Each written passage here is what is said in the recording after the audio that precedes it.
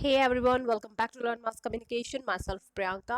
So इस video में हम internet as the meeting point of all mass media जो CUET के सिलेबस में दे रखा है टॉपिक वो डिस्कस करने वाले हैं। तो चलिए वीडियो को स्टार्ट करते हैं। सबसे पहले इंटरनेट की बात होती है तो इंटरनेट के इवोल्यूशन के बारे में हमें पता होना चाहिए। तो वर्ल्ड वाइड वेब जो है वो इंटरनेट का पार्ट जो 1989 में बना। CERN एक इंटरनेशनल ऑर्गेनाइजेशन है, हाई एनर्जी लेबोरेटरी है यूरोप में। उस पे जो है 1989 में वर्ल्ड वाइड वेब को इंटरनेट का पार्ट मतलब कंसीव किया गया प्रोजेक्ट में। फिर 1991 में जो है लोगों को इंटरनेट के बारे में जानने को मिला। तो इंटरनेट को मतलब ये कहें कि एक तरीके से इंटरनेट का जन्म हो चुका था 1991 के आसपास।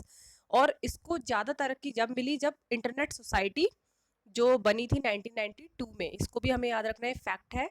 इंटरनेट सोसाइटी जो बनी थी वो 1992 में बनी थी, एग्जाम से पूछा जा सकता है।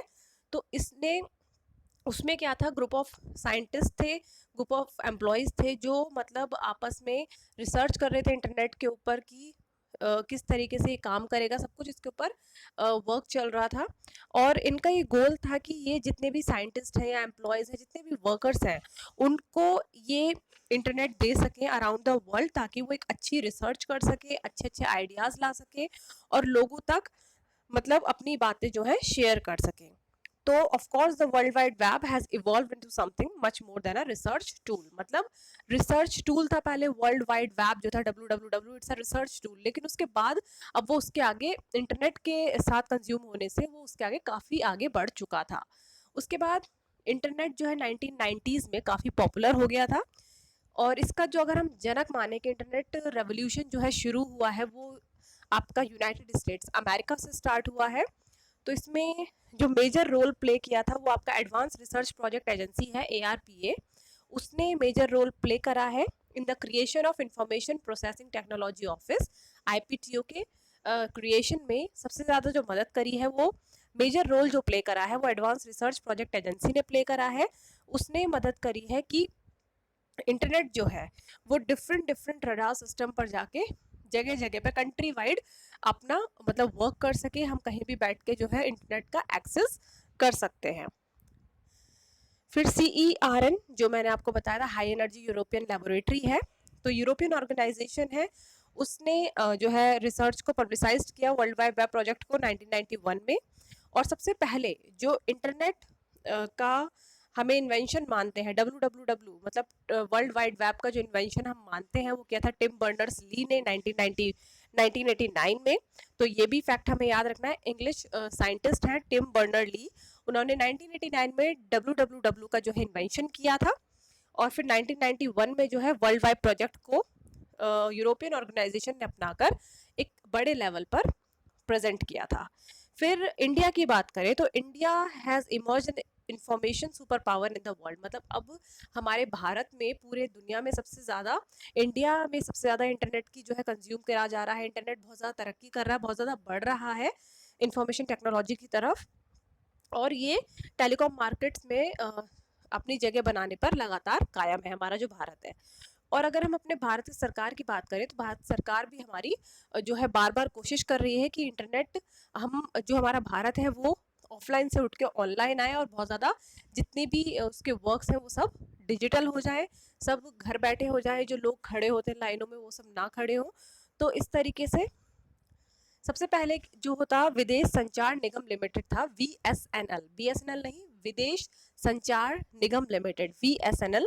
इसने जो है इंटरनेट सर्विसेज भारत में लॉन्च करी थी 1995 में। ये भी आपको याद रखना है कि 1995 में VSNL ने जो है अपनी इंटरनेट सर्विसेज लॉन्च करी थी। और नवंबर 1998 में गवर्नमेंट ने VSNL को जो है ख़त्म करके इसे प्राइवेट कर दिया था कि इंटरनेट सर्विसेज जो है अब प्राइवेट हो जाएंगी और लोग, प्राइवेट कंपनीज जो हैं वो इसे एक्सेस करेंगी। तो उसके बाद जो है 200 operational ISPs in the country. अब जो लेटेस्ट स्टैटिक्स है, लेटेस्ट डेटा है, उसके अकॉर्डिंग 200 जो है ISP हैं जो इंटरनेट सर्विस प्रोवाइड कर रही हैं। और according to the internet and the mobile association of India, ये इंटरनेट की जो है इतनी लो कॉस्ट है, इसकी वजह से कंट्री में इसकी जो यूसेज है वो बहुत ज़्यादा बढ़ी है। हमारे जो डेटा रिचार्जेस होते हैं इसकी कॉस्ट, हमने कॉलिंग की कॉस्ट इतनी कम कर दी है जिसकी वजह से इंटरनेट का यूसेज जो है वो दिन पे दिन बढ़ता जा रहा है, हमें कम पैसों में बहुत ज़्यादा जीबी मिल जाते हैं, और तो इसकी वजह से क्या होता है, लोग इसे ज़्यादा से ज़्यादा कंज्यूम कर रहे हैं, और इंटरनेट यूसेज जो है हमारे भारत में बढ़ता जा रहा है। फिर despite the large number of providers, 10% of the ISPs have 90% of the subscribers, means इतने ज़्यादा प्रोवाइडर्स होने के बाद भी 10% ISPs ऐसी हैं जिनके 90% सब्सक्राइबर्स हैं, और जो हमारे BSNL है और MTNL है, ये पहले फर्स्ट और सेकंड पोजीशन होल्ड करते हैं, किसके तौर पे, सब्सक्राइबर के तौर पे। तो मतलब ये कह सकते हैं कि उसके बाद जब साइबर कैफ़ेज़ आए, तो साइबर कैफ़ेज़ ने और भारत में इंटरनेट रेवोल्यूशन लाने में मदद करा, क्योंकि साइबर कैफ़े खुलने के बाद लोग इंटरनेट पर ज़्यादा जाने लगे, वहाँ बैठ के ज़्यादा देर तक एक्सेस करने लगे इंटरनेट का। तो एक तरीके से इंटरनेट क्रांति हमारे भारत में साइबर कैफ़ेज़ खुलने के बाद और ज़्यादा बढ़ गई है। फिर अब जो हमारा मेन टॉपिक है, internet as a medium of communication, means internet meeting point कैसे साबित हो रहा है, कैसे मीडियम बन रहा है कम्युनिकेशन का, उसके बारे में हम बात करेंगे। तो इंटरनेट के पास सेवरल डिस्टिंक्ट फीचर्स हैं। पहला, इंटरनेट इज एक्टिव, मतलब आप 24 घंटे एक्टिव रह सकते हैं इंटरनेट के थ्रू। दूसरा, एक इंटरैक्टिव मीडियम है, मीन्स इंटरैक्टिव क्या, आप दूसरों से इंटरैक्ट कर सकते हैं, घर बैठे आप किसी भी जगह पर लोगों से बात कर सकते हैं, एक दूर दूर से कोनों कोनों से कनेक्ट होने का माध्यम है इंटरनेट। फिर in other words, internet is a two way medium, मतलब आप इंटरनेट के थ्रू एक ही जगह पे बैठ के दो लोग आपस में बात कर सकते हैं। मतलब ये नहीं कि आपको फेस टू फेस बात करना है तो आपको एक ही जगह, आप जैसे अपने घर पर हैं, जैसे हम नॉर्मली चैट्स करते हैं, उस तरीके से टू वे मीडियम है। हम अगर किसी से बात कर रहे हैं तो वहाँ से हमें फीडबैक भी मिलेगा, हम उससे दोबारा बात कर सकते हैं, तो एक टू वे मीडियम क्रिएट होता है थ्रू इंटरनेट। और इंटरनेट में जो पर्सन्स होते हैं वो सब्सक्राइबर नहीं होते, मीन्स उसको हम व्यूअर या लिसनर नहीं बोलते हैं। अब इसमें इंटरनेट की दुनिया में एक नया वर्ड है, दैट इज कॉल्ड यूज़र, उसे यूज़र के तौर पे बोला जाता है। तो यूज़र जो होता है वो एक्टिव रह सकता है, उसके हाथ में कंट्रोलेबिलिटी होती है कि उसको कितना यूज़ करना है, उसे क्या देखना है, क्या नहीं देखना है, क्या सुनना है, क्या नहीं सुनना है, वो सब अपने अकॉर्डिंग उसे एक्सेस करता है। इंटरनेट यूज़र्स जो होते हैं वो अपने लिए इंफॉर्मेशन क्रिएट करते हैं, वो जगह जगह पर अपने, उनको जो सर्च करना है वो सर्च कर सकते हैं, जो उन्हें देखना है वो देख सकते हैं, मतलब उन्हें जो इन्फॉर्मेशन गेन करनी है या फिर जी किसी भी माध्यम से कम्युनिकेट करना है तो वो थ्रू इंटरनेट कर सकते हैं। तो ये इंटरनेट ने जो है एकदम मतलब उनके लिए आसान कर दिया है इंटरनेट यूज़र्स के लिए।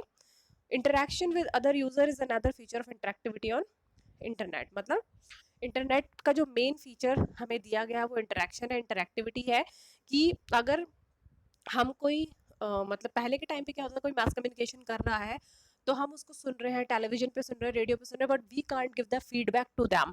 लेकिन इंटरेक्शन इंटरनेट ने इतना बढ़ा दिया है कि अगर हम कोई खबर देख रहे हैं या सुन रहे हैं तो we can give the live comments, हम अपने कमेंट्स दे सकते हैं, अपना फीडबैक दे सकते हैं कि हमें वो चीज़ पसंद आई है या हमारे व्यूज़ क्या हैं उस चीज़ के ऊपर। तो अब जो टेलीविजन की भी बात करें तो टेलीविजन व्यूअर्स जो भी हैं वो भी अब पैसिव हो चुके हैं, मतलब उन्हें टीवी भी देखना है तो वो थ्रू इंटरनेट देख रहे हैं, मतलब बकायदा कोई टीवी आजकल के टाइम में जल्दी से ऑन नहीं करता है, अगर उसे टीवी में कोई शो भी देखना है तो वो थ्रू इंटरनेट जो है उसकी साइट्स पे जाकर या एप्स पे जाकर टीवी वॉच करते हैं, टीवी चैनल्स वॉच करते हैं। तो अगर इंटरनेट की बात करें तो टेलीविजन जो है देखना भी एक पैसिव एक्टिविटी बन चुकी है बिकॉज ऑफ इंटरनेट यूज़। फिर इंटरनेट जो है एक फास्टेस्ट वे है किसी भी इंफॉर्मेशन को स्प्रेड करने का, काफ़ी लोगों को, मतलब वॉस्ट नंबर ऑफ पीपल तक अक्रॉस द ग्लोब, मीन्स पूरी दुनिया में इंटरनेट के थ्रू हम सेकंड्स में अपनी इंफॉर्मेशन जो है शेयर कर सकते हैं, लोगों तक पहुंचा सकते हैं। ये सिर्फ इंटरनेट की वजह से ही जो है पॉसिबल हो पाया है। और इंटरनेट जो है अब अधिकतर हर जगह आपको देखने को मिलेगा इसकी लो कॉस्ट की वजह से, और इसमें लोग ज़्यादा से ज़्यादा अपनी आइडियाज़ शेयर कर रहे हैं, आर्ट शेयर शेयर कर रहे हैं, स्किल शेयर कर रहे हैं। तो मतलब इंटरनेट ने ये पॉसिबल कर दिया है कि लोग हर तरीके से इससे जुड़ रहे हैं, अपने उनके पास जो भी स्किल्स है वो शेयर कर रहे हैं, और मतलब साथ ही इंटरेक्शन जो है बढ़ता चला जा रहा है, लोग आपस में जुड़ने लगे हैं और बातचीत करने लगे हैं।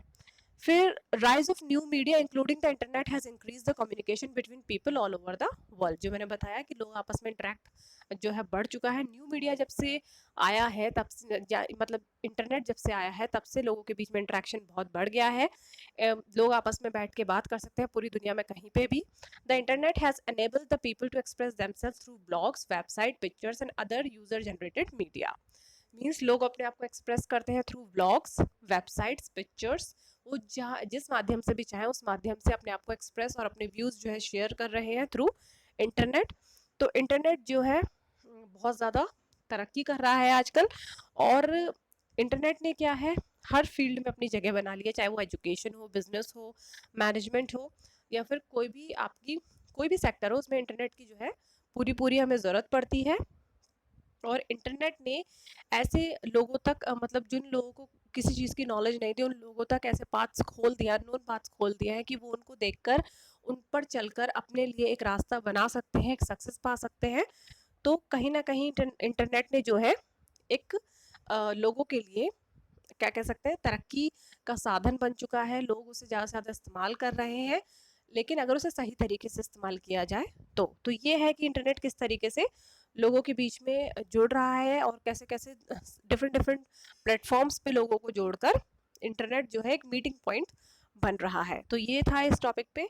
तो और कुछ बच्चों ने पूछा था कि इसमें हमसे क्वेश्चंस कैसे पूछे जाएंगे इन टॉपिक से। तो ये टॉपिक जो होते हैं ये जितने भी सीईटी ने सिलेबस दे रखा है ये सारे कॉमन टॉपिक्स हैं।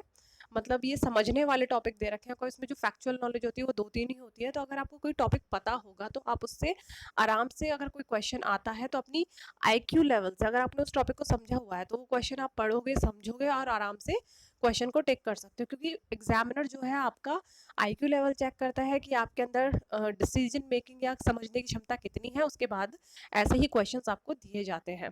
तो अगर आपको टॉपिक पता होगा तो आप क्वेश्चन आंसर्स अपने आप ही कर दोगे। तो आई होप आपको वीडियो अच्छी लगी होगी। चैनल को सब्सक्राइब ज़रूर करें, वीडियो को लाइक करें और ज़्यादा से ज़्यादा शेयर करें। Thank you so much.